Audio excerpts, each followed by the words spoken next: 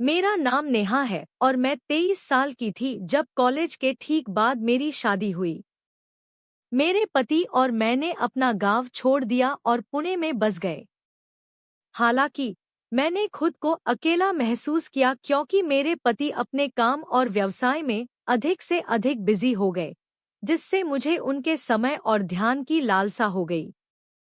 एक दिन मैंने एक पारिवारिक समारोह के लिए छुट्टी के दौरान अपने गांव जाने का फैसला किया।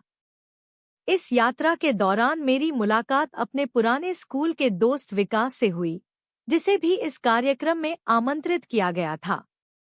जैसे जैसे हम मिले और अपने वर्तमान जीवन पर चर्चा की, मैं ध्यान नहीं दे सकी कि वह कितना बदल गया था। वह आकर्षक और आकर्षक हो गया था और मैं उसे इसकी तारीफ किए बिना नहीं रह सकी। रात के खाने के बाद हमने खुद को घर के बाहर एक कैंपफायर के पास बैठे गहरी बातचीत में लगे हुए पाया।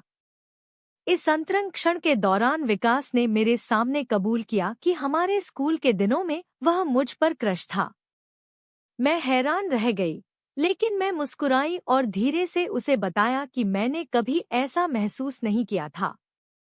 हमने खुद को एक दूसरे की ओर आकर्षित पाया क्योंकि हमने बात करना जारी रखा। जैसे जैसे रात बढ़ती गई, हमने गांव और पास के खेत में टहलने का फैसला किया। मंत्रमुग्ध कर देने वाली चांद की रोशनी में हमारे हाथ करीब आते गए और हमने खुद को हाथ पकड़े हुए पाया। अचानक मैं लड़खड़ाई और अपने टखने को मोड़ लिया, लेकिन विकास ने मुझे पकड़ने के लिए जल्दी की और मुझे मेरी चोट की देखभाल के लिए पास के गन्ने के खेत में ले गया। उसका स्पर्श कोमल और देखभाल करने वाला था, और यह जानने के बावजूद कि यह गलत था, मैं उनके प्रति एक मजबूत आकर्षण महसूस करने से खुद को रोक नहीं सकी।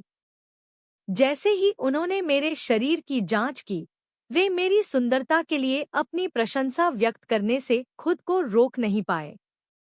उनके साहस से चकित होने के बावजूद मैं उनकी प्रशंसा पर मुस्कुराने से खुद को रोक नहीं सकी।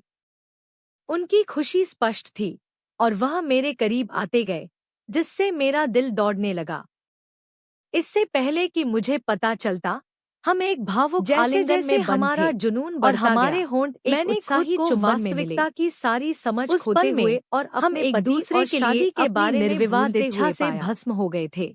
हम एक दूसरे में शामिल हो गए, अपने प्राणियों के हर इंच की खोज कर रहे थे। मैं उनके स्पर्श से मोहित हो गई और वह मेरी प्रतिक्रिया से मंत्रमुग्ध हो गए। हम समय का ट्रैक खो देते थे क्योंकि हम हर पल का आनंद लेते थे, अपनी वर्जित मुठभेड़ के भारी आनंद में लिप्त होते थे। ऐसा लगता था कि रात अंतहीन रूप से फैली हुई थी क्योंकि हम अपनी शारीरिक इच्छाओं के सामने आत्मसमर्पण कर देते थे और अपने अंतरंग कृत्यों को कई बार दोहराते थे। हर बार पिछली बार की तुलना में अधिक मादक था और हम अपनी अतृप्त वासना से पूरी तरह से भस्म हो गए थे। जैसे जैसे रात ढलती गई, मुझे आखिरकार एहसास हुआ कि हमें अपने भावुक संपर्क को खत्म करना होगा। अधिक की उनकी इच्छा के बावजूद मुझे पता था कि हमने एक ऐसी सीमा पार कर ली है जिससे कभी संपर्क नहीं किया जाना चाहिए था। मैंने उन्हें धीरे से याद दिलाया कि हम अलग अलग जीवन जीते थे और हमारी मुलाकात एक क्षणभंगुर क्षण था जिसे कभी दोहराया नहीं जा सकता था। वह अनिच्छा से सहमत हो गए, मेरे शब्दों में निर्विवाद सत्य को स्वीकार करते हुए।